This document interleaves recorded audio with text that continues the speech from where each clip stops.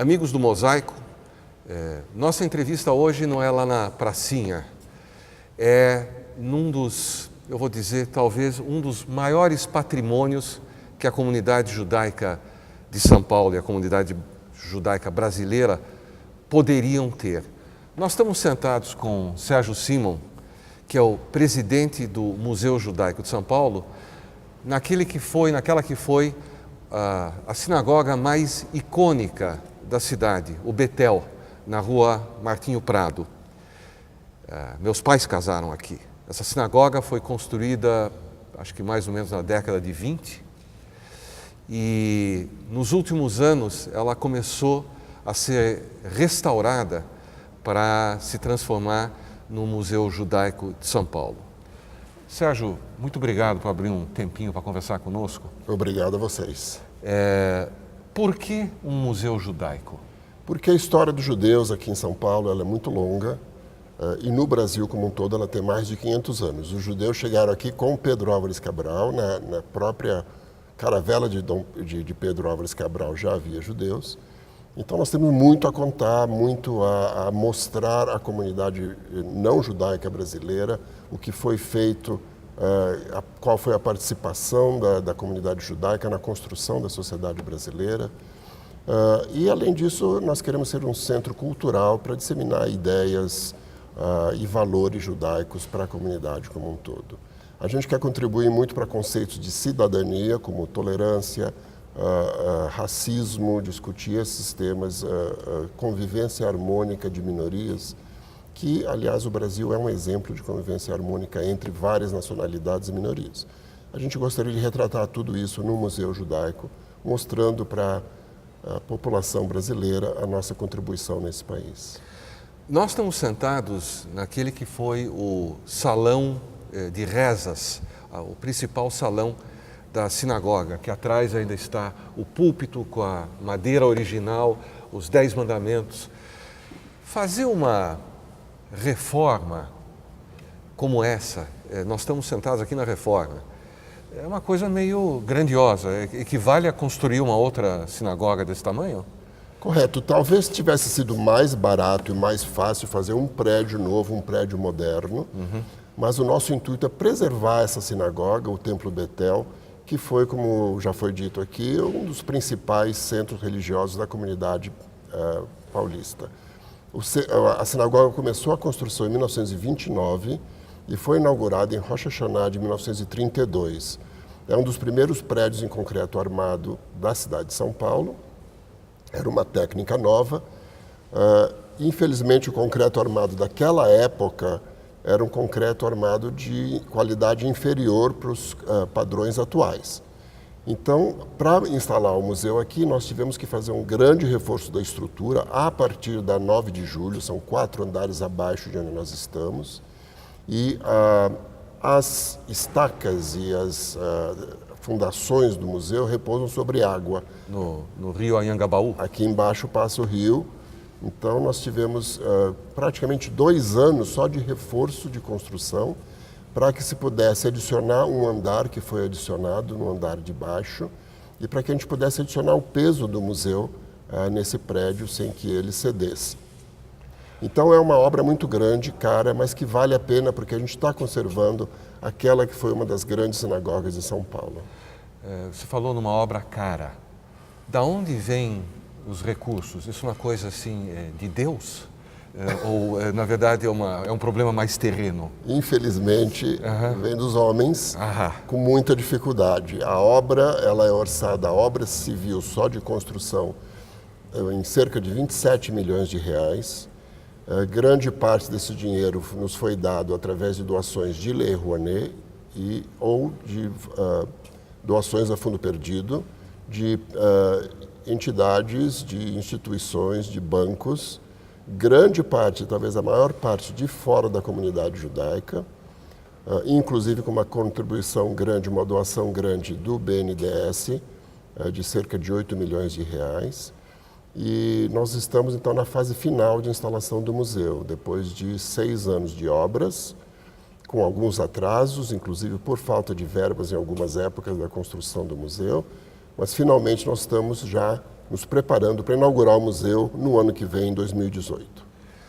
Vamos inaugurar a segunda parte da entrevista logo depois dos comerciais. Estamos de volta com Sérgio Simon, presidente do Museu Judaico de São Paulo. Uma obra fantástica, um projeto sensacional que a cidade vai receber quando? A cidade vai receber isso provavelmente no segundo semestre de 2018.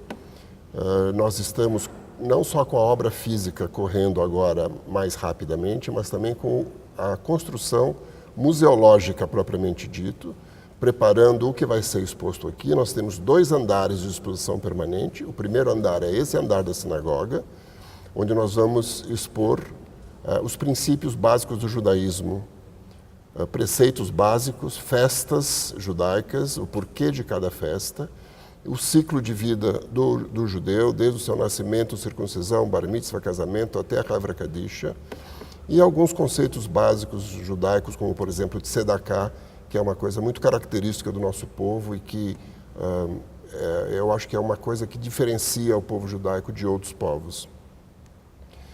No andar abaixo, nós vamos ter uma exposição permanente sobre a presença judaica no Brasil ao longo de 500 anos.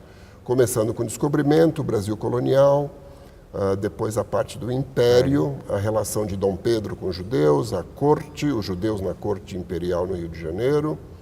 Vamos falar sobre migração marroquina para a Amazônia, que é uma saga interessantíssima a partir do século XIX, uma onda enorme de judeus vindos do Marrocos que invadiram a Amazônia. Evidentemente, vamos falar também de toda a perseguição da Inquisição no Brasil, que é um capítulo importante também. E depois vamos falar dos judeus no Brasil republicano. Século XX, as emigrações causadas pela Revolução Russa, cujos refugiados, aliás, construíram essa sinagoga. Exatamente. Eles chegaram no fim do século XIX, já fugindo dos pogroms da Rússia, e nos anos 20 já tinham dinheiro para fazer esse templo, né? Depois a imigração da Shoah, do Holocausto, e no pós-guerra a grande migração sefaradita, Síria, Líbano e Egito. Então tudo isso vai estar abordado. Uma parte desse andar vai ser dedicada especialmente ao Holocausto. É uma parte que inclusive vai ter uma sala privada, onde se vão mostrar filmes um pouco fortes, não recomendados para crianças, sobre a destruição, a tentativa de destruição do povo judaico nos campos de concentração. E nessa área nós vamos falar muito da relação do Brasil com o governo da Alemanha nazista, como o Brasil namorou a Alemanha nazista, e como o governo Vargas quase apoiou o governo nazista, até que o governo americano forçou... Torceu o braço dele. Torceu, e os alemães acabaram atacando e afundando alguns navios brasileiros, e o Brasil mudou de lado. Nós temos uma coleção muito rica para mostrar aqui, não só o que está sendo doado pela comunidade em grande quantidade, cartas, documentos, objetos trazidos no processo de fuga para o Brasil, mas nós também herdamos o Arquivo Histórico Judaico Brasileiro, que é uma joia da comunidade judaica brasileira. O arquivo foi fundado há 40 anos e foi incorporado ao museu. Nós estamos fazendo um trabalho enorme de restauro do arquivo, onde nós estamos limpando, higienizando, catalogando, escaneando, irradiando todo o material que está lá. Nós temos mais de 1 milhão de páginas de documentos da comunidade judaica. Temos perto de 100 mil fotos da comunidade judaica. Temos toda a coleção do programa Mosaico na TV, desde 1961, o que é também uma joia, porque retrata de maneira muito viva a história da comunidade judaica aqui em São Paulo. E isso nos dá um peso, inclusive acadêmico, muito grande para o museu. A história dos judeus está aqui dentro. Então você tem aqui o que você chama o Centro de Documentação e Memória, que está aberto aos pesquisadores e está aberto Nós, inclusive, recebemos pesquisadores do exterior, principalmente da Alemanha, onde várias universidades têm mandado estudantes de pós-graduação e pesquisadores fazer pesquisas aqui sobre o judaísmo no Brasil e sobre, principalmente, o judaísmo alemão. Mas de várias vertentes já foram feitos estudos e teses de doutorado com o nosso material. Eu queria voltar só 2 páginas nesse trabalho para deixar assim, um gostinho na boca dos telespectadores. Das coisas que foram doadas, das coisas que já estão aqui, que vão ser apresentadas, me dá alguns exemplos de coisas que você vai poder ver no Museu Judaico que, enfim, são imperdíveis. Mas eu vou te dizer uma coisa que me impressiona muito, é um diário de uma menina alemã, judia, da cidade de Erfurt, cujos pais, para escapar do nazismo, se mudaram para Bruxelas. Ela tinha 14 anos na época, ela comprou um diário e fez um diário muito parecido com o diário de Anne Frank, se bem que menorzinho. Parte dele em alemão, ela estava aprendendo francês, parte dele em francês, ela deixou dentro entradas de cinema, bilhetes que ela mandava para a tia. Ela tinha um namoradinho que de repente sumiu, ela não entendia por que sumiu. E no fim a menina foi para o campo de concentração e morreu. O diário dela, por incrível que pareça, é o mesmo tipo de caderno que o diário da Anne Frank. É um caderno que provavelmente foi feito na mesma época, de capa xadrez, com um cadeadinho que fecha, idêntico ao da Anne Frank. Inclusive a cidade de Erfurt, a prefeitura de Erfurt já nos pediu uma cópia facsímile porque eles querem editar esse diário lá. Isso é uma joia que nos foi doada pela família da moça, que chamava Lori Dublon, aqui em São Paulo, que eles trouxeram esse diário para o Brasil. Temos várias peças de valor não comercial, mas de valor emocional incrível, inestimável. Por exemplo, um pequeno relógio que esteve dentro da sola de um sapato no campo de concentração, como sendo o único bem que aquele senhor podia guardar para quando ele saísse do campo de concentração ele ter alguma coisa. E isso escapou. E temos vários documentos, fotos incríveis.